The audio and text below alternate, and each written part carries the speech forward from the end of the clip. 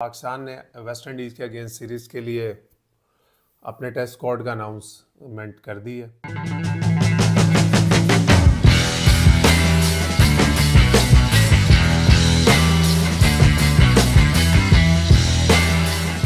अस्सलाम वालेकुम जी, welcome to my YouTube channel. और पाकिस्तान ने वेस्ट इंडीज़ के अगेंस्ट सीरीज़ के लिए अपने टेस्ट स्क्वाड का अनाउंसमेंट कर दी है। सुबह मैंने अपने व्लॉग में एक बात की थी, मैंने कहा था कि WTC ऑब्वियसली ख़त्म हो गई है पाकिस्तान के लिए और अभी जून तक जो भी टेस्ट क्रिकेट में मैचेस या सीरीज़ होनी है वो बेमानी है, इन अ सेंस कि उसका WTC का जो इम्पैक्ट है फाइनल से उसका कोई ताल्लुक नहीं है। साउथ अफ्रीका और ऑब्वियसली ऑस्ट्रेलिया क्वालिफाई कर चुके हैं फॉर द फाइनल। तो मैंने एक बात की थी कि आपके पास एक अपॉर्चुनिटी है जिसमें आप न्यू प्लेयर्स को टेस्ट कर सकते हैं, लेकिन आपको इस चीज़ का भी ख्याल रखना है कि हम अपने घर पे 2 साल से हार रहे हैं, तो आप ये अफोर्ड नहीं कर सकते कि आप पीपल आर टॉकिंग अबाउट के अजान अवैस को डाल लिया जाए, फ़लाँ को डाल लिया जाए, फ़लाँ को डाल लिया जाए। और मैं तो हैरान होता हूँ कभी कभी कि पता नहीं कितने वॉरियर्स हैं हमारे सोशल मीडिया में कि इमामुल हक ने इनका क्या बिगाड़ा है। भाई, एक बंदा जिसकी 72 ओडीआईज में 49 की बैटिंग एवरेज है, जिसने 9 सेंचुरियां ओडीआईज में की हैं, 15 या 20 उसकी 50यां हैं। आपका फर्स्ट क्लास सीजन जो ड्यूक की बॉल से हुआ है, जिसमें बैट्समैन के लिए नहायत ही मुश्किल है सब कुछ, उसमें वो बेस्ट बैट्समैन बना है। और आप क्या चाहते हो उससे? मैं कितनी सुबह की सोशल मीडिया पे पढ़ रहा था, और जब से टेस्ट स्क्वाड अनाउंस भी हुआ है कि we have selected tried and tested players. मुझे भाई बताओ कि 38 साल का हो गया इमामुल हक? यार खुदा के लिए, जो आपके पर्सनल ग्रजेज हैं, कुछ लोग हैं सोशल मीडिया पे, मैं नाम नहीं ले सकता यहाँ पे, जो जिनका काफ़ी इन्फ्लुएंस भी है, जो बहुत ज़्यादा सोशल मीडिया पे एक्टिव भी हैं, वो एक दो बंदों को लेके टारगेट करते रहते हैं, फिर वो ट्रेंड्स बन जाते हैं। फिर जिसको क्रिकेट का पता है या नहीं पता, वो उसको रीट्वीट करता रहेगा, कमेंट्स करता रहेगा, कोई पर्ची बोलता रहेगा, कोई कुछ बोलता रहेगा। खुदा के लिए भाई जाके एक दफ़ा देख तो लो what he has been doing in domestic cricket and what he has been doing for Pakistan for so many years। कौन सा आपका बैट्समैन है भाई, जो कौन से आपके पास विराट कोहली, रोहित शर्मा आपके मुल्क में खेल रहे हैं, जो आप 49 की ओडी एवरेज वाले बंदे को कह रहे हैं स्ट्राइड एंड टेस्टेड? वो तो टेस्ट की टीम से बाहर ही गलत हुआ था। उसके बाद अब्दुल्ला शफीक को ओबियसली ड्रॉप किया गया, जैसे हमने पहले भी अपने व्लॉग्स में बात की थी कि वो स्ट्रगल कर रहे थे, लेकिन he is a quality player. अगर मैं बात की उनके बारे में, ये नहीं है कि मैं उनको पसंद नहीं करता, मेरा तो कभी भी किसी से ना तो पर्सनल कोई ग्रज है, ना ही मुझे कोई पर्सनल मेरी बहुत ज़्यादा किसी की तरफ कोई दोस्ती या साइड्स लेता हूँ। मैं वो बात करता हूँ जो मुझे लगता है ठीक है और जो मुझे लगता है होना चाहिए। मैंने बात की थी कि अब्दुल्ला शफीक को पाकिस्तान को कोशिश करनी चाहिए कि अभी उनको रेस्ट देके उनको डोमेस्टिक क्रिकेट में भेजना चाहिए, ताकि वो डोमेस्टिक क्रिकेट का भी एक रगड़ा खाएं। और वो जो उनकी टेक्निक में थोड़े इश्यूज हैं, वो नेट्स में प्रैक्टिस करके पाकिस्तान टीम के साथ ट्रैवल करके इन चीज़ों से ठीक नहीं होंगे। वो डोमेस्टिक क्रिकेट के जब वन बाय बाय, मैच पे मैच, अभी 7 फर्स्ट क्लास के मैच पड़े हैं, वो जाए ना खेलें। जो उनकी टेक्निकल इश्यूज उनके साथ हो रहे हैं, आई एम श्योर वो पूरा सीजन खेलेंगे। जब लंबी इनिंग से खेलेंगे वो काफ़ी हद तक सॉल्व भी होंगे। आमिर जमाल, जिनके लिए साउथ अफ्रीका का टूर बहुत ही बुरा रहा, जिसमें उनसे ना बॉलिंग में परफॉर्मेंस हुई ना बैटिंग में परफॉर्मेंस हुई, उनको भी ड्रॉप किया गया। और उसके बाद मोहम्मद अब्बास को भी ड्रॉप किया गया। And obviously it's a great decision. ये पहली दफ़ा जो ये सिलेक्शन हो रही है ना, at in every tour, it makes a lot of sense. आप अगर पुरानी सिलेक्शन कमेटीज होती थी ना, अगर मोहम्मद अब्बास ने एक टेस्ट मैच में 8 आउट किए थे, तो सवाल ही पैदा नहीं होता था कि वो अगली सीरीज में ड्रॉप हो। मैं ऑब्वियसली आई एम श्योर उनसे बात की गई होगी कि पाकिस्तान को उनकी ज़रूरत है टेस्ट क्रिकेट में, मगर उनको कंडीशंस के हिसाब से खिलाया जाएगा। Same goes to Mir Hamza, he had a bad test match as well, but I am sure उनको राइट ऑफ ना किया जाए जो पहले होता था। या तो प्लेयर को एक कंडीशन का वो अच्छा प्लेयर था, दूसरी कंडीशन का वो अच्छा प्लेयर नहीं होता था, मगर चूंकि उसने अपनी कंडीशंस में परफॉर्म किया होता था तो उसको ज़बरदस्ती खिलाना पड़ता था कि यार इसने तो परफॉर्म किया भाई, इसको तो खिलाना है। उसके चक्कर में उसकी परफॉर्मेंस ख़राब होती थी, या फिर अगर किसी को निकाल देते थे तो उसको बिल्कुल ही राइट ऑफ कर देते थे। ये जो सिलेक्शन कमेटी है, ये जो आकिब जावेद हेड कोच आए हैं, ये जो डिसीजन मेकिंग हो रही है, ये is very positive. It makes a lot of sense because Sajid Khan ने इतने विकेट लिए इंग्लैंड के खिलाफ। सिलेक्शन कमेटी को लगा कि साउथ अफ्रीका में हमें दूसरा स्पिनर नहीं चाहिए होगा, खिलाया तो वैसे उन्होंने एक भी नहीं जो लेकर गए थे, तो वो नहीं लेकर गए।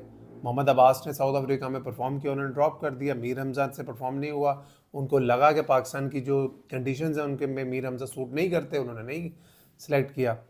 और अब मोहम्मद हुरैरा का पाकिस्तानी टीम में ऑब्वियसली कम बैक हुआ है, और वो काफ़ी लीन पैच उनका चल रहा है डोमेस्टिक क्रिकेट में। मैं सुबह ही देख रहा था कि उन्होंने लास्ट जो 15 इनिंग्स डोमेस्टिक क्रिकेट में खेली हैं उसमें उन्होंने सिर्फ 150 स्कोर किया, लेकिन ये बड़ी अच्छी चीज़ है कि उनको रिवॉर्ड दिया गया है। जो 3-4 साल से वो डोमेस्टिक क्रिकेट में कंसिस्टेंटली इतने परफॉर्मेंस एज अ ओपनर कर रहे हैं। मे बी प्रॉब्लम ड्यूक के बॉल से हो या उनकी फॉर्म में 19-20 हो, मगर he is a quality player, और मेरा हमेशा से मानना है कि he is an international material वाले वो प्लेयर हैं। He is a confident guy, technically अच्छे हैं, उनके पास टाइम काफ़ी होता है बॉल खेलने के लिए। इमामुल हक आई थिंक ये वेरी वेल डिज़र्व, उन्होंने जो कम बैक किया टीम में, हर जगह परफॉर्मेंस देके कम बैक किया। आप देख लें मोहम्मद अली डेजी का कम बैक हुआ है which is well deserved as well, लेकिन मुझे फिर वही लग रहा है कि उस बेचारे को फिर वही फ्लैट पिच मिलेंगे, ही माइट स्ट्रगल और फिर टीम से बाहर हो जाएंगे। मेरा तो मानना था कि साउथ अफ्रीका जैसी कंडीशंस में बड़े अच्छे साबित हो सकते थे मोहम्मद अली, बट उनको भी अपॉर्चुनिटी मिली है। और बस इस पूरी जो सिलेक्शन हुई है उसमें अगर मुझे ऐसा लगता है कि अगर रमीज़ जूनियर को अगर अपॉर्चुनिटी दी जाती तो एक बड़ा अच्छा स्टेप होता टुवर्ड्स द पॉजिटिव डायरेक्शन, कि एक राइट आर्म लेग स्पिनर हमारे पास अभी देखें, Usama Mir right arm leg spinner हैं, वो वाइट बॉल के बॉलर हैं। शादाब खान भी वाइट बॉल खेलते हैं इस वक्त। मोहम्मद इब्रार को भी आप वाइट बॉल के लिए ही कंसिडर करते हैं ज़्यादा। तो एक रिस्ट स्पिनर जो लग रहा है कि he can be a useful leg in test cricket, domestic cricket खेल रहे हैं, 13 मैचों में ऑलमोस्ट 70 उनकी विकेट्स हैं, तो उनको अपॉर्चुनिटी दी जा सकती थी, और मुझे लगता है जल्दी दी जानी भी चाहिए, बिकॉज ही इज़ टचिंग 30। हमारे मुल्क में सर अगर आप 30 साल के हो गए हैं, आपका इंटरनेशनल डेब्यू नहीं हुआ, आपको ये बातें सुननी पड़ेंगी अगले साल से कि तेरी एज ज़्यादा हो गई है, तू बुढ़ा हो गया, तू है हो गया। तो I think it's a very very very important year for Rameez junior as well. और बाकी ओवरऑल अगर सिलेक्शन पे बात कर लें, I think it's a very balanced selection in terms of, इसमें आपने जूनियर्स को भी इंक्लूड किया है, इसमें आपने सीनियर प्लेयर्स का कमबैक भी कराया है, इसमें आपने मिक्स एंड मैच बनाया। क्योंकि ठीक है हम WTC के फाइनल से बाहर हो गए हैं, इसमें कोई शक नहीं है, बट हम अपने घर पे हार रहे हैं। We have to make a habit of winning at home. जब आप अपने घर में जीतना शुरू कर देंगे उसके बाद आप सोच सकते हैं कि आपने ओवरसीज कैसे जीतना है। तो I think it's a right step. Obviously मैंने सुबह भी बात की थी कि लोग जब कह रहे थे कि इसमें पूरी नई टीम खिला दे, तो Shan Masood as a captain उनकी आई एम श्योर ही हैज़, मुझे बड़ी खुशी हुई थी जब उन्होंने 145 लास्ट टेस्ट मैच में किए थे। उनकी कैप्टनसी भी तो 22 स्ट्रेक पे है। वो एक इंग्लैंड के खिलाफ सीरीज़ के अलावा जितनी भी सीरीज़ में अभी तक ऑब्वियसली हारे हैं, it's a great opportunity for him as well. West Indies की टीम हमने देखा कि टेस्ट क्रिकेट में इस टाइम स्ट्रगल कर रही है, तो अगर वो वेस्ट इंडीज़ को हम क्लीन स्वीप करते हैं, इंग्लैंड को हमने 1 डाउन जाके टेस्ट सीरीज हराई है, तो हम अपने घर में एक मोमेंटम बना सकते हैं जीतने का, एक फार्मूला बना सकते हैं। बस मेरा डर ये है कि जो फार्मूला आपने बनाया था अगेंस्ट इंग्लैंड, क्या वो फार्मूला, क्या उस तरह की तैयारी पिचेस की आप दोबारा कर पाएंगे? ठंड बहुत ज़्यादा है, पिच को ड्राई करना बड़ा मुश्किल काम है, तो that's what we will have to wait and C.